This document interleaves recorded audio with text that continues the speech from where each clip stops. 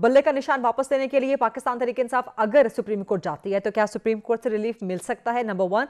दूसरा, ताहयात नाअहली के हवाले से सुप्रीम कोर्ट का फैसला मुकद्दम होगा या पार्लियामान ने जो कानून साजी कर दी है वो सस्टेन करेगी? देखिए, पहली बात, बल्ले का निशान के लिए वो बिल्कुल सुप्रीम कोर्ट जा सकते हैं। सुप्रीम कोर्ट मुड़ के कह सकती है, वहाँ रिलीफ भी दे सकती है और कह सकती है क्योंकि आपका मामला सब जुडिस है पेशावर हाई कोर्ट में, तो आप पहले वहाँ से फैसला करवा लीजिए और उसके बाद वहाँ हो सकता है कोर्ट दोनों मुमकिनात में है कि सुप्रीम कोर्ट उनसे कहे कि आप हाई कोर्ट से रुजू कीजिए।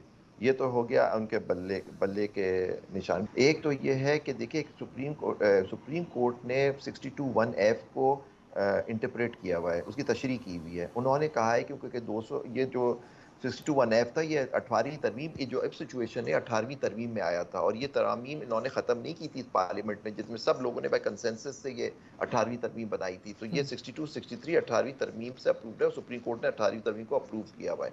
तो उस तरमीम के अंदर ये बात लिखी थी कि अगर कोई कोर्ट का डिक्लेरेशन होगा तो सिर्फ और सिर्फ फिर आप नाअहल होंगे 62(1)(f के, लेकिन क्योंकि उसमें कोई पीरियड नहीं दिया हुआ था तो उसमें उन्होंने कहा कि क्योंकि यहाँ कोई पीरियड नहीं है तो इससे मुराद होगी कि जब तक वो ताहयात की बात नहीं हो रही थी। जहांगीर जन्नूद साहब, आपकी तरफ आऊंगी। ये जो पाकिस्तान तहरीक इंसाफ से बल्ले का निशान लिया गया है, आपके नजदीक दुरुस्त है ये? क्योंकि पीटीआई ने अपने इंट्रा पार्टी इलेक्शन जिस तरह से करवाए झुरलू अंदाज में, क्या कहेंगे इस पे आप? ये लफ्ज़ आप बड़ा स्पेसिफिक बोल रही हैं, जुर्लू अंदाज में इलेक्शन। अब देखें, कोई भी पार्टी होती है, पहली बात ये है कि जब मैं थोड़ा सा आपको बताऊं कि जब इलेक्शन एक्ट बना था 2017 का, तो इसमें तमाम जो पॉलिटिकल पार्टीज थी ऑन बोर्ड थी, इनकी मीटिंग्स भी हुई।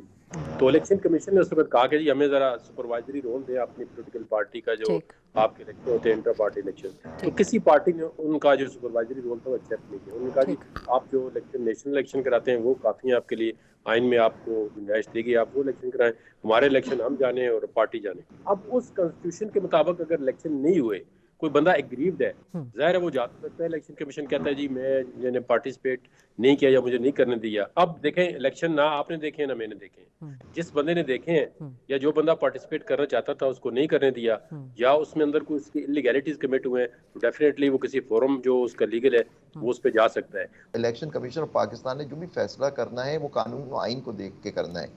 कानून जो उनका बना हुआ है उसमें लिखा हुआ है पार्टी अपना इलेक्शन कराएगी अपने आइन के हिसाब से।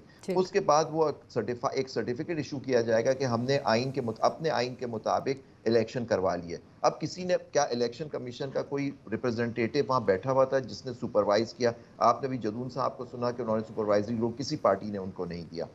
जो आज एक हाई कोर्ट के फैसले जो इनका रिकॉल किया उसके अंदर भी मेंशन्ड है, जिसमें मैं बात करना चाहूंगा। उसके अंदर वो लिखा हुआ है कि आपने एक शेड्यूल अनाउंस हो गया और सुप्रीम कोर्ट के इंस्ट्रक्शंस है कि 8 फरवरी को इलेक्शन होना है और शेड्यूल के हिसाब से होना है। जब शेड्यूल आपने अनाउंस कर दिया उसके बाद अपना ऑर्डर पास कर रहे हैं, उनसे बल्ले का आप निशान ले रहे हैं और वो भी कोर्ट के इंटरवेंशन से उन्होंने वो शेड्यूल इशू किया था उसी रात, आपको याद होगा उस केस में जो लाहौर से आया हुआ था। तो जब शेड्यूल के बाद आपने अगर आप उनका बल्ले का निशान नहीं ले सकते, क्योंकि अगर आप लेते हैं तो उसका इतलाक जो होगा मेरे हिसाब से अगर 215 आप पढ़े तो जो आगे वाले इलेक्शंस पे होगा, क्योंकि शेड्यूल आने के बाद तो वो इलेक्शन शुरू हो गया। ठीक है।